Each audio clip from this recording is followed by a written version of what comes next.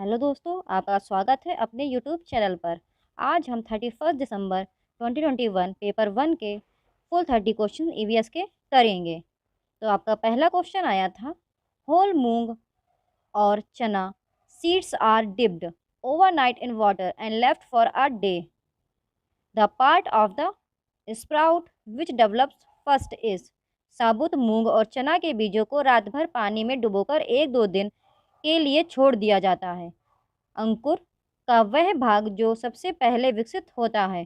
तो आपका फर्स्ट का ऑप्शन तीसरा सही हो जाएगा, जड़, रूट।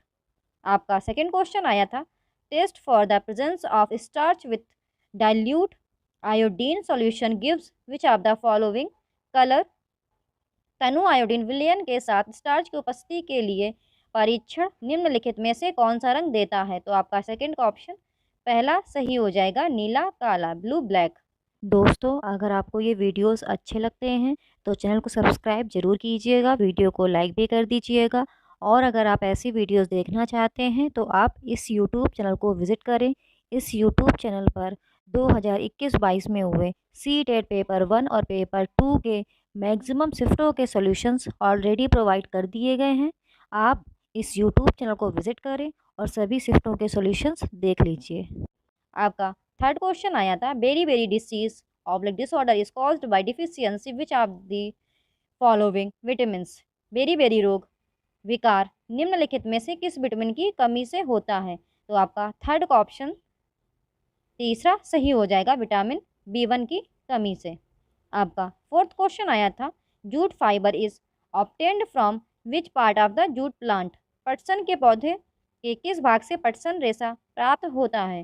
तो आपका फोर्थ का ऑप्शन फोर्थ करेक्ट हो जाएगा, तना, स्टेम। आपका फिफ्थ क्वेश्चन आया था, which of the following is not a root. निम्नलिखित में से कौन जड़ नहीं है। तो आपका फिफ्थ का ऑप्शन फोर्थ करेक्ट हो जाएगा, आलू, पोटैटो। का सिक्स्थ क्वेश्चन आया था, which of the following is parasitic plants. निम्नलिखित में से कौन एक परजीवी पौधा है। तो आपका सिक्स का ऑप्शन दूसरा सही हो जाएगा, कसकुटा, कैस्कुटा। आपका सेवेंथ क्वेश्चन आया था, in which of the following plants seeds are dispersed by animals. निम्नलिखित में से किस पौधे में जंतुओं द्वारा बीज बिखरे होते हैं। तो आपका सेवेंथ का ऑप्शन फोर्थ करेक्ट हो जाएगा, आम, मैंगो। आपका एट्थ क्वेश्चन आया था, निम्नलिखित में से किसे बीज पत्री कहा जाता है। तो आपका एट्थ का ऑप्शन करेक्ट हो जाएगा, वह है तीसरा, बीज पत्ते, सीड लीव्स। आपका नाइन्थ क्वेश्चन आया था, निम्नलिखित में से कौन सा पौधा जड़ नोड्यूल नहीं बनाता है जिसमें नाइट्रोजन फिक्सिंग बैक्टीरिया होते हैं। तो आपका नाइन्थ का ऑप्शन तीसरा सही हो जाएगा, तुलसी। आपका टेंथ क्वेश्चन आया था, the arrangement of veins and the veinlet in the leaf is termed as. पत्ती में सिराओं और सिराओं की व्यवस्था कहलाती है। तो आपका टेंथ का ऑप्शन दूसरा सही हो जाएगा, वेनेशन, सिरा रचना। आपका 11th क्वेश्चन आया था, which of the following is not a fossil fuel. निम्नलिखित में से कौन सा जीवाश्म ईंधन नहीं है। तो आपका 11th का ऑप्शन दूसरा सही हो जाएगा, लकड़ी, वुड। आपका 12th क्वेश्चन आया था, which of the following is conventional source of energy. निम्नलिखित में से कौन ऊर्जा का पारंपरिक स्रोत है। तो आपका 12th का ऑप्शन फोर्थ करेक्ट हो जाएगा, जीवाश्म ईंधन, फॉसिल फ्यूल्स। आपका 13th क्वेश्चन आया था, loss of water in the form of vapour from the aerial parts of the plants is called. पौधे के हवाई पौधे के हवाई भागों से वाष्प के रूप में जल की हानि कहलाती है। तो आपका 13th का ऑप्शन फोर करेक्ट हो जाएगा, वाष्पोत्सर्जन, ट्रांसपीरेशन। आपका 14th क्वेश्चन आया था, हिमालय में apple a medical plants in only found in higher altitude regions. This plant is categorised as. Himalaya में एप्पल एक चिकित्सकीय पौधा केवल उच्च ऊंचाइयों वाले क्षेत्रों में पाया जाता है। इस पौधे को इस प्रकार वर्गीकृत किया गया है। तो आपका 14th का ऑप्शन फोर्थ करेक्ट हो जाएगा, संकटापन्न, इंडेंजर्ड। आपका 15th क्वेश्चन आया था, the planet which is smaller than earth in our solar system is. हमारे सौरमंडल में पृथ्वी से छोटा ग्रह है। तो आपका 15th का ऑप्शन तीसरा सही हो जाएगा, बुध, मरकरी। आपका 16th क्वेश्चन आया था, as per NCF 205 which of the following should be the objective of EVS at primary level. NCF 2005 के अनुसार प्राथमिक स्तर पर ईवीएस का उद्देश्य निम्नलिखित में से क्या होना चाहिए। तो आपका 16th ऑप्शन 4th करेक्ट हो जाएगा। प्राथमिक चिंताओं के पर्यावरणीय मुद्दों को पहचानना और याद रखना, to recognise and recall the environmental issues of primary concerns. आपका 17th क्वेश्चन आया था which of the following favours the integrated nature of EVS at primary level. निम्नलिखित में से कौन प्राथमिक स्तर पर ईवीएस की एकीकृत प्रकृति का पक्षधर है। तो आपका 17th का ऑप्शन करेक्ट हो जाएगा, वह है दूसरा, ए, बी और सी। विज्ञान, सामाजिक विज्ञान और पर्यावरण शिक्षा की अवधारणाएं और मुद्दे एकीकृत हैं। बच्चा अपने पर्यावरण को समग्र रूप से देखता है, यह विषय आधारित है। आपका 18th क्वेश्चन आया था which of the following is true in relation to EVS learning. EVS learning के संबंध में निम्नलिखित में से कौन सा कथन सत्य है। तो आपका 18th का ऑप्शन पहला सही हो जाएगा, ए, बी, सी और डी। अनुभव के माध्यम से सीखना, मूर्त से अमूर्त, ज्ञात से अज्ञात, ईवीएस की प्रासंगिक प्रकृति। आपका 19th क्वेश्चन आया था which of the following is the theme of EVS syllabus. निम्नलिखित में से कौन ईवीएस पाठ्यक्रम का विषय है। तो आपका 19th का दूसरा ऑप्शन सही हो जाएगा, चीज़ें जो हम बनाते और करते हैं, things we make and do. आपका 20th क्वेश्चन आया था Sunita in space of EVS text book of NCERT is based on. NCERT की ईवीएस पाठ्यपुस्तक की सुनीता इन स्पेस किस पर आधारित है। तो आपका 20th का ऑप्शन तीसरा सही हो जाएगा, वास्तविक लोग और उनके अनुभव, real people and their experiences. आपका 21 क्वेश्चन आया था which of the following can be appropriate suggested resources for addressing the issues of spoilage and wastage of food.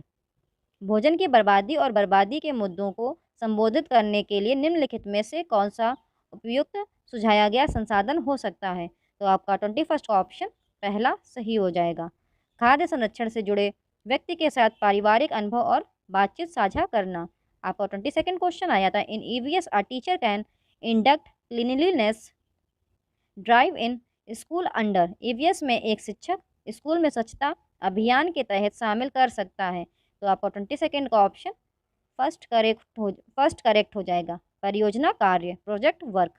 आपका 23rd क्वेश्चन आया था ईवीएस कक्षा 5वीं के एनसीईआरटी के अध्याय 15 में blow hot blow cold doctor Zakir Hussain की एक दिलचस्प कहानी का इस्तेमाल किया गया था। इस कहानी का मुख्य उद्देश्य विकसित करना है।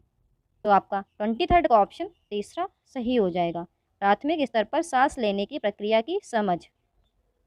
आपका 24th क्वेश्चन आया था the most appropriate objective of conducting formative assessment in the learning of EVS is to. EVS सीखने में रचनात्मक मूल्यांकन करने का सबसे उपयुक्त उद्देश्य है। तो आपका 24th का ऑप्शन पहला सही हो जाएगा, छात्रों की मात्रात्मक और गुणात्मक प्रगति को संबोधित करना। आपका 25th क्वेश्चन आया था a teacher of EVS always keeps a small diary and pen with him and observes day to day significant and interesting behavior of his students. Teacher is using। EVS का एक शिक्षक हमेशा अपने साथ एक छोटी डायरी और कलम रखता है और अपने छात्रों के दिन प्रतिदिन के महत्वपूर्ण और दिलचस्प व्यवहार का निरीक्षण करता है। शिक्षक उपयोग कर रहा है। तो आपका 25th का ऑप्शन पहला सही हो जाएगा, उपाख्यानात्मक उपकरण। आपका 26th क्वेश्चन आया था which of the following can be indicator for assessment in EVS. EVS में मूल्यांकन के लिए निम्नलिखित में से कौन सा संकेतक हो सकता है। तो आपका 26 का ऑप्शन पहला सही हो जाएगा, A, B only, observation, cooperation, अवलोकन, सहयोग।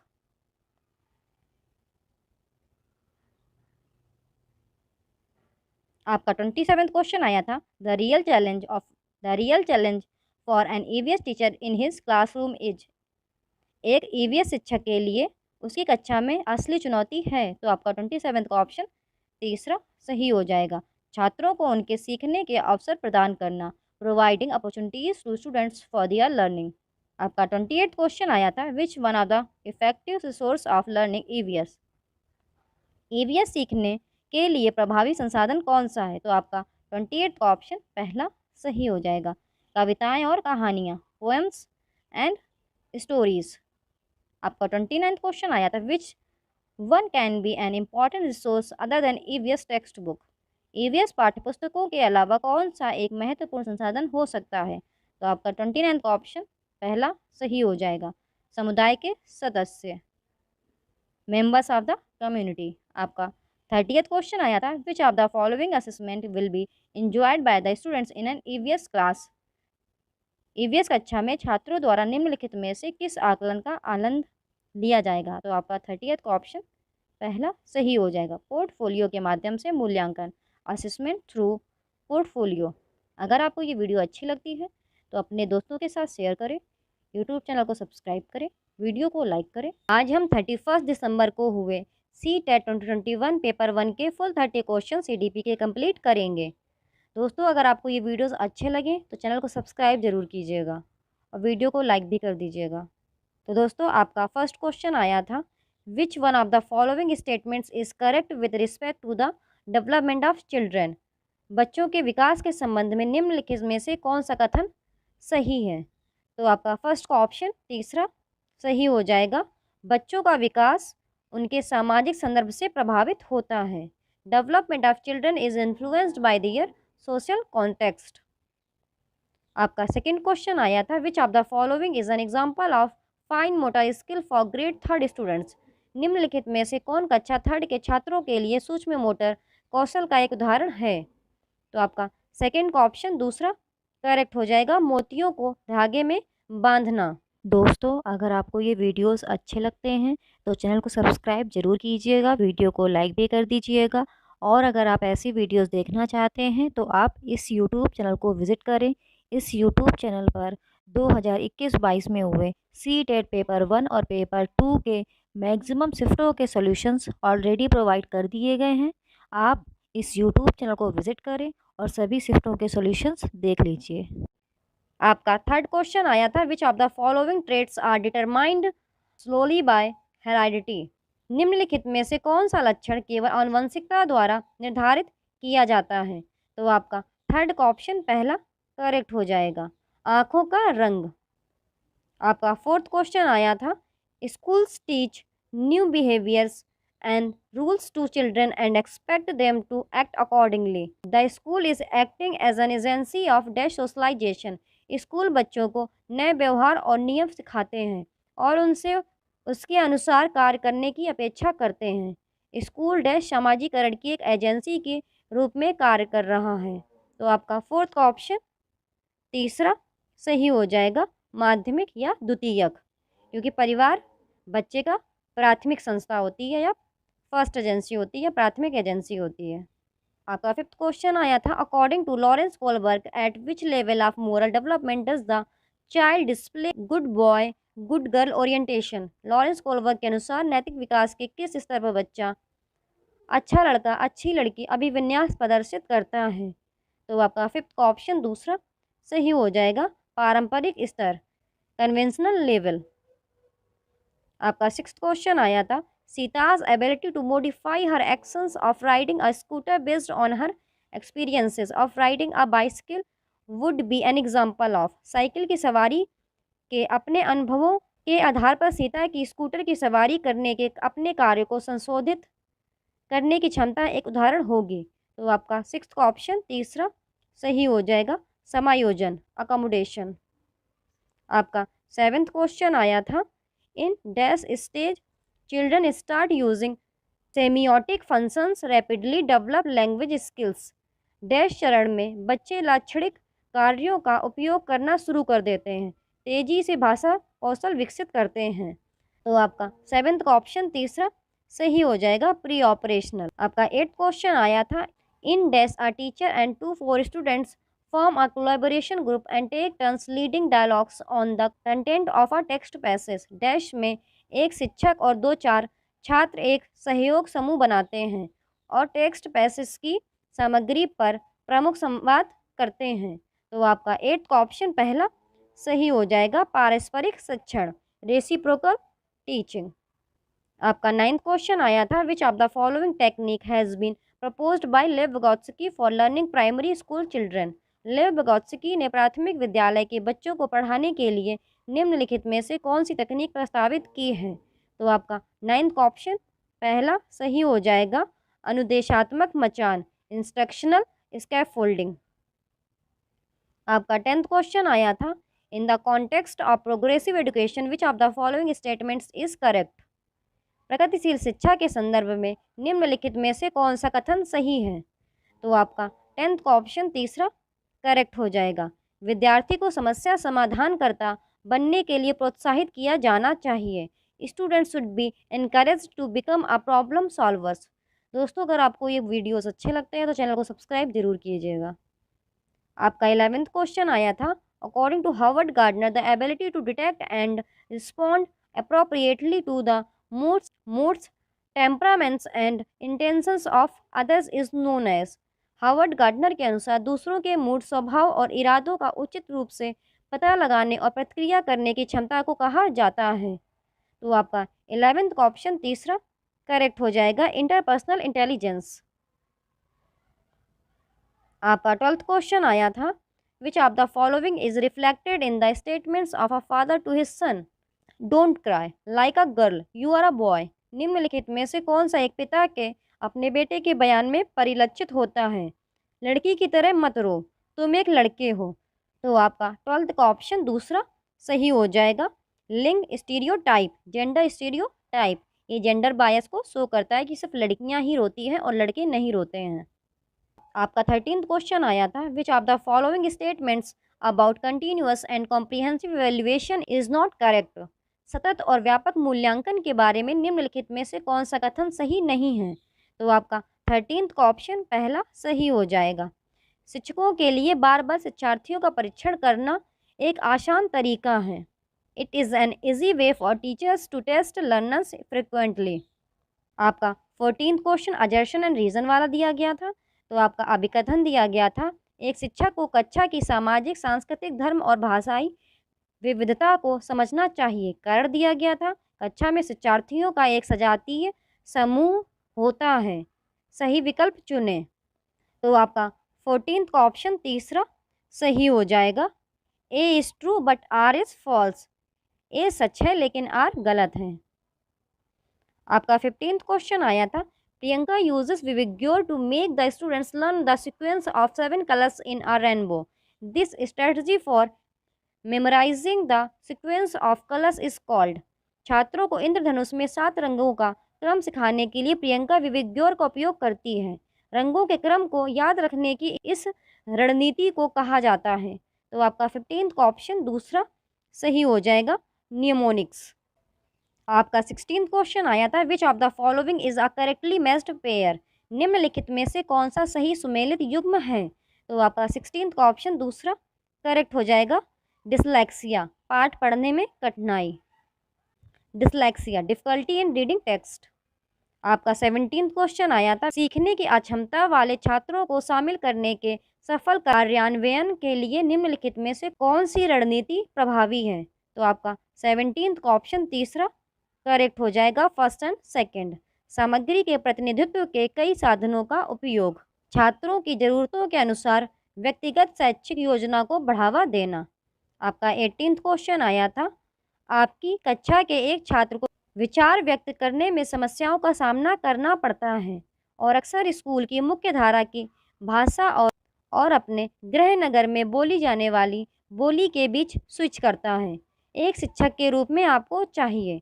तो आपका 18th का ऑप्शन तीसरा सही हो जाएगा, समान शब्द अर्थ को लक्ष्य भाषा में धीरे धीरे पेश करें। Introduce similar words meanings in the target language gradually. आपका 19th क्वेश्चन आया था, इन एन इंक्लूसिव क्लासरूम, एक समावेशी कक्षा में।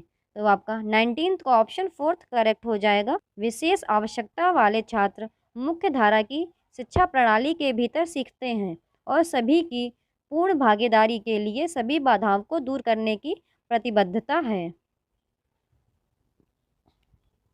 आपका 20th क्वेश्चन आया था, Saurabh shows the following characteristics in the inclusive classroom, these are an indications of.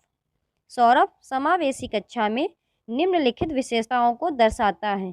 ये संकेत हैं, पढ़ते समय पुस्तकों को अपने बहुत पास या दूर रखता है, बार बार झपकता है और आँख बंद करता है या आँख में लाली होती है। चॉक बोर्ड पर सामग्री को गलत तरीके से पढ़ता है। तो आपका 20th का ऑप्शन दूसरा सही हो जाएगा, दृश्य हानि, विजुअल इम्पेयरमेंट। आपका 21st क्वेश्चन आया था, which of the following features is not prescribed in the national education policy 2020। निम्नलिखित में से कौन सी विशेषता राष्ट्रीय शिक्षा नीति 2020 में निर्धारित नहीं है? तो आपका 21st का ऑप्शन फोर्थ करेक्ट हो जाएगा। शिक्षकों को बच्चों में अनुपालन को बढ़ावा देने के लिए पुरस्कार और दंड के उपयोग पर ध्यान देना चाहिए। दोस्तों, अगर आपको ये वीडियोस अच्छे लगते हैं तो चैनल को सब्सक्राइब जरूर कीजिएगा। आपका 22nd क्वेश्चन आया था, the curriculum in school should follow the curriculum principle of moving from dash to dash and from to dash dash. स्कूलों में पाठ्यक्रम को डैश से डैश और डैश से डैश तक जाने के लिए पाठ्यक्रम सिद्धांत का पालन करना चाहिए। तो आपका 22nd का ऑप्शन तीसरा सही हो जाएगा, मूर्त अमूर्त स्थानीय वैश्विक। आपका 23rd क्वेश्चन आया था, एक शिक्षिका अपने विद्यार्थियों को पढ़ने की पहल के लिए कलम, बाग, पानी जैसे अर्थपूर्ण शब्दों को पहचानने और पहचानने के लिए प्रोत्साहित करती है। यह शिक्षा शास्त्र सीखने के किस सिद्धांत में स्थित है? तो आपका 23rd का ऑप्शन फोर्थ करेक्ट हो जाएगा, रचनावाद। आपका 24th क्वेश्चन आया था, conceptual changes in children's thinking should be encouraged by. बच्चों की सोच में वैचारिक परिवर्तन को प्रोत्साहित किया जाना चाहिए। तो आपका 24th का ऑप्शन दूसरा सही हो जाएगा, कई उदाहरण देना और बच्चों को तर्क करने के लिए प्रोत्साहित करना। आपका 25th क्वेश्चन आया था, आपकी कक्षा का एक विद्यार्थी प्रतिस्पर्धा माहौल को लेकर चिंतित महसूस करता है। एक शिक्षक के रूप में आप महसूस करते हैं। तो आपका 25th का ऑप्शन पहला सही हो जाएगा, ए गलत है लेकिन बी सही है। छात्रों की बढ़ी हुई आशंका और बेचैनी के साथ भावनात्मक भय भी हो सकता है, जो छात्रों की एकाग्रता, शक्ति और स्मृति में हस्तक्षेप कर सकता है। आपका 26th क्वेश्चन आया था, अनुसूचित जाति और अनुसूचित जनजाति के बच्चे, पहली पीढ़ी के स्कूल जाने वाले लड़कियां और विकलांग बच्चे शिक्षा तक पहुंचने के मामले में डैश पर हैं। तो आपका 26 का ऑप्शन पहला सही हो जाएगा, वंचित स्थिति, डिसएडवांटेज पोजीशन। आपका 27 क्वेश्चन अजर्शन एंड रीजन वाला आया था। आपका अभिकथन दिया गया था, स्कूलों में सीखना बच्चों के सामाजिक संदर्भ से अलग होना चाहिए। कारण दिया गया था, बच्चों के स्कूल में प्रवेश करने से पहले उनके पास पहले से ही एक अच्छी तरह से परिभाषित शब्दावली और अवधारणा की समझ होती है। तो आपका 27 का ऑप्शन तीसरा सही हो जाएगा, ए सच है लेकिन आर गलत है। आपका 28 क्वेश्चन आया था, एक छात्रा को लगता है कि वह परीक्षा में सफलता हासिल नहीं कर पाएगी और कभी भी अपने प्रदर्शन में सुधार नहीं कर पाएगी। क्षमता के बारे में ऐसी मान्यताएं। तो आपका 28 का ऑप्शन तीसरा सही हो जाएगा, छात्रा को कार्य को छोड़ देने और सीखी हुई असहायता का अनुभव करने का एहसास कराता है। आपका 29 क्वेश्चन आया था, छात्रों को लगातार सीखने के लिए प्रेरित रखने के लिए शिक्षक द्वारा निम्नलिखित में से कौन सी रणनीति सबसे प्रभावी है? तो आपका 29 का ऑप्शन पहला सही हो जाएगा, छात्रों के बीच क्षमता के बारे में वृद्धिशील विश्वास पैदा करना।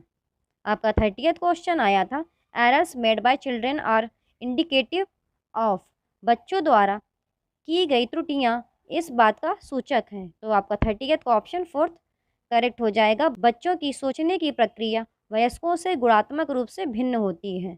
Children's thinking process which is qualitatively different from that of adults. अगर दोस्तों आपको ये वीडियोस अच्छे लगते हैं तो चैनल को सब्सक्राइब जरूर कीजिएगा, दोस्तों के साथ शेयर भी करिएगा एंड वीडियो को लाइक भी करिएगा। आज हम 31 दिसंबर को हुए CTET 2021 पेपर 1 के हिंदी के फुल 30 क्वेश्चंस कंप्लीट करेंगे। तो दोस्तों, आपके स्टार्टिंग के 15 क्वेश्चंस आपके गद्यांश और पद्यांश से पूछे जाते हैं। तो आपका ये गद्यांश गिवन है, आप इस गद्यांश को रीड कीजिएगा और फिर स्वयं आंसर निकालने का प्रयास कीजिएगा। मैं इस गद्यांश से पूछे गए प्रश्नों को रीड कर रही हूँ और फिर सबके आंसर्स बताते हुए चल रही हूँ। बट आप इस गद्यांश को रीड कीजिएगा और चेक कीजिएगा आपके कितने क्वेश्चन सही निकले। तो आपका इस गद्यांश से पहला क्वेश्चन पूछा गया था, जिनके अपने कोई खंडहर नहीं, रेखांकित शब्द से आशय है। तो आपका फर्स्ट का ऑप्शन पहला सही हो जाएगा, इतिहास। आपका सेकंड क्वेश्चन इस गद्यांश से पूछा गया था, शहर के दूसरे घरों में चला जाता हूँ, दूसरे घरों से लेखक का आशय है। तो आपका सेकंड का ऑप्शन दूसरा सही हो जाएगा, ऐतिहासिक इमारतें। आपका इस गद्यांश से थर्ड क्वेश्चन पूछा गया था, लेखक के अनुसार कौन से शहर दुर्भागे हैं। तो आपका थर्ड का ऑप्शन तीसरा सही हो जाएगा, जिनकी अपनी कोई स्मृतियां नहीं हैं। दोस्तों, अगर आपको ये वीडियोस अच्छे लगें तो इस YouTube चैनल को सब्सक्राइब जरूर कीजिएगा, वीडियो को लाइक भी कर दीजिएगा। आपको इस YouTube चैनल पर ऐसे वीडियोस मिलते रहेंगे। इस YouTube चैनल पर 2021-22 में हुए CTET पेपर 1 और पेपर 2 के मैक्सिमम शिफ्टों के सॉल्यूशंस ऑलरेडी प्रोवाइड कर दिए गए हैं। तो आप इस YouTube चैनल को विजिट करें और सभी शिफ्टों के सॉल्यूशंस देख लीजिए। आपका फोर्थ क्वेश्चन इस गद्यांश से पूछा गया था, लेखक के अनुसार नरक की परिभाषा क्या है। तो आपका फोर्थ का ऑप्शन दूसरा सही हो जाएगा, सदैव वर्तमान में रहना। आपका फिफ्थ क्वेश्चन इस गद्यांश से पूछा गया था, वर्तमान में रहने से क्या आशय है। तो आपका फिफ्थ का ऑप्शन तीसरा सही हो जाएगा, ऐतिहासिकता का अनुभव ना करना। दोस्तों, ये सभी क्वेश्चन आपके इसी गद्यांश से पूछे गए हैं। तो आप इस गद्यांश को रीड कीजिएगा और फिर स्वयं आंसर्स निकालिएगा और चेक कीजिएगा कि आपके इस गद्यांश से पूछे गए प्रश्नों में से कितने आंसर्स आपके करेक्ट निकले हैं। आपका सिक्स्थ क्वेश्चन इस गद्यांश से पूछा गया था, जहां आदमी हमेशा आंखें खोले रहता है, वाक्य के माध्यम से किस ओर संकेत करता है। तो आपका सिक्स का ऑप्शन तीसरा सही हो जाएगा, रात में भी जगने से। आपका सेवेंथ क्वेश्चन इस गद्यांश से पूछा गया था, सही शब्द चुनिए जहां डैश होते ही चमगादड़ आते हैं। तो आपका सेवेंथ का ऑप्शन तीसरा सही हो जाएगा, अंधकार। आपका एट्थ क्वेश्चन पूछा गया था, कौन सा शब्द भिन्न है।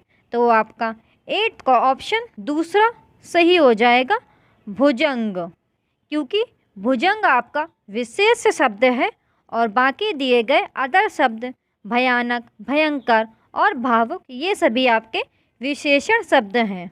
आपका नाइन्थ क्वेश्चन इस गद्यांश से पूछा गया था, वे शहर कितने डैश हैं, वाक्य में रिक्त स्थान के लिए उचित शब्द है। तो आपका नाइन्थ का ऑप्शन दूसरा सही हो जाएगा, दुर्भाग्यपूर्ण। तो दोस्तों, यहाँ पर आपके गद्यांश से पूछे गए सभी प्रश्न समाप्त हो जाते हैं। अब इधर से आपका पद्यांश शुरू होता है। तो ये आपका पद्यांश गिवन है, आप इस पद्यांश को रीड कीजिएगा और फिर स्वयं आंसर्स निकालने का प्रयास कीजिएगा।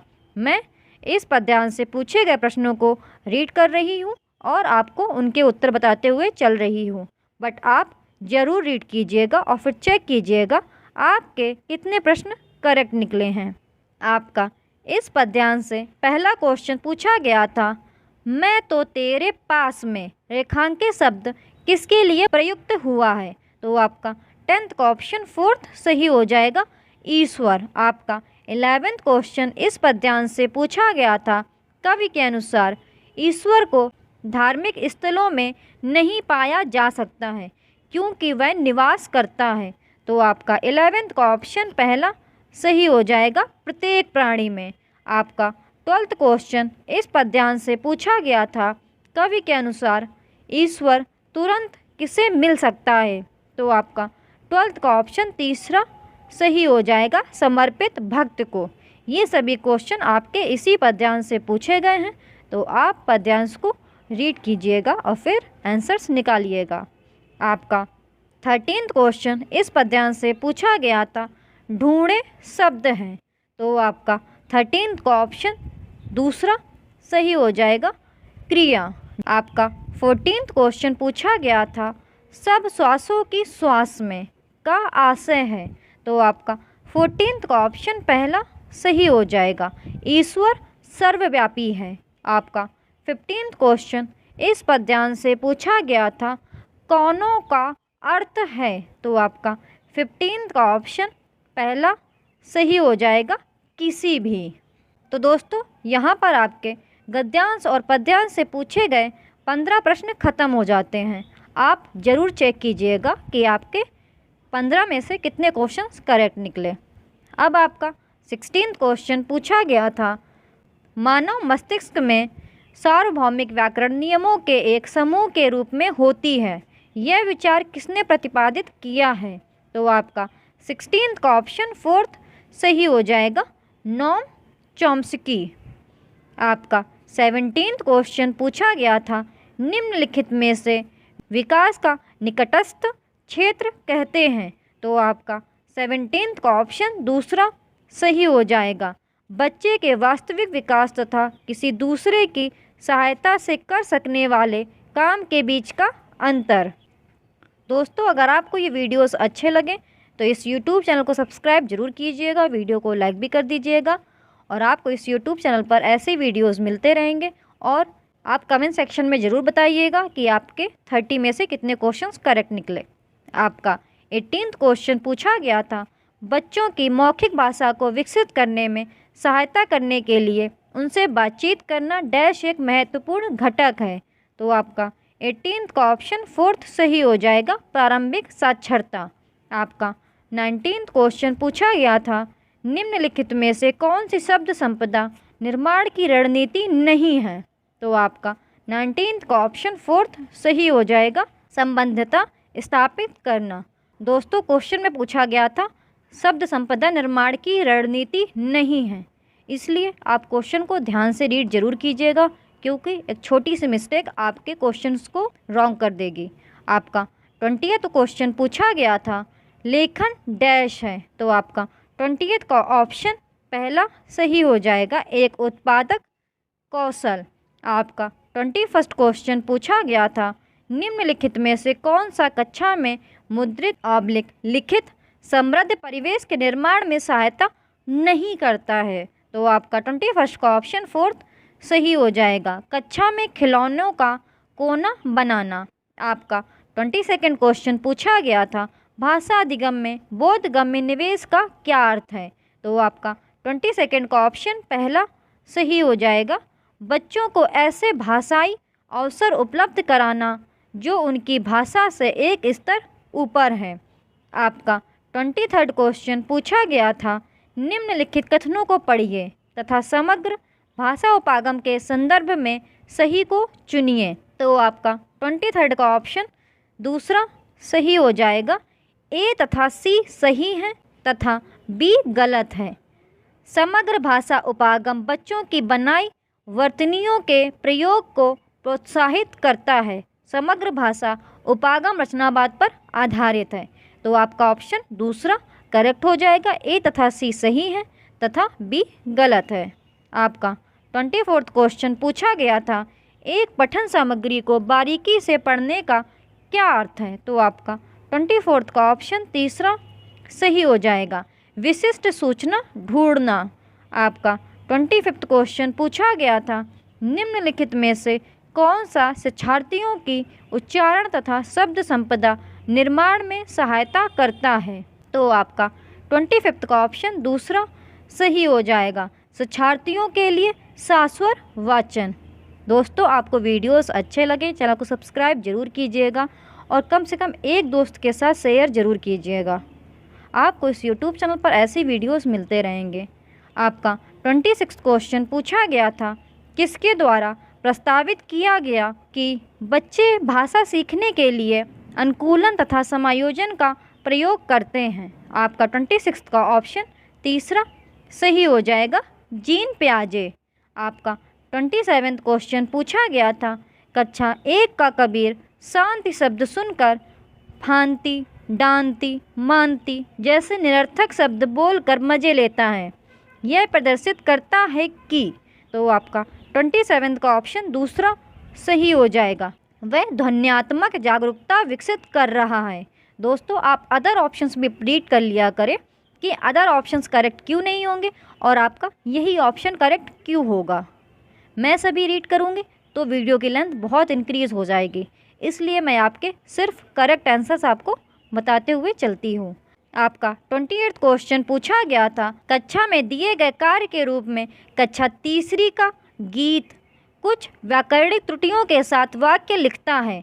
निम्नलिखित में से कौन सी प्रक्रिया शिक्षक के द्वारा प्रयोग की जा सकती है? तो आपका 28 का ऑप्शन तीसरा सही हो जाएगा। गलतियों को रेखांकित करना, गलती की प्रकृति लिखकर शिक्षार्थियों को उन्हें सुधारने के लिए कहना। आपका 29 क्वेश्चन पूछा गया था, माध्यम की भाषा में निपुणता विकसित करने के लिए घर की भाषा का प्रयोग कर सकता है। तो आपका 29 का ऑप्शन तीसरा सही हो जाएगा। एक प्रभावकारी रणनीति सिद्ध हो सकता है। आपका 30th क्वेश्चन पूछा गया था, भाषा का व्याकरण कब सबसे अच्छा सीखा जा सकता है? तो आपका 30th का ऑप्शन पहला सही हो जाएगा। पठन सामग्री तथा संरचनाओं की पहचान को एकीकृत करके। दोस्तों, आप कमेंट सेक्शन में ज़रूर बताइएगा आपके 30 में से कितने क्वेश्चंस करेक्ट निकले। दोस्तों, अगर आपको ये वीडियोस अच्छे लगें तो चैनल को सब्सक्राइब ज़रूर कीजिएगा और वीडियो को लाइक भी ज़रूर कर दीजिएगा। इससे मुझे भी अच्छा लगता है कि आप लोग एडमायर कर रहे हो कि वीडियो अच्छा है। Thank you for watching the videos. आपको इस यूट्यूब चैनल पर ऐसे ही वीडियोज़ मिलते रहेंगे। आप यूट्यूब चैनल को सब्सक्राइब ज़रूर कर लीजिएगा।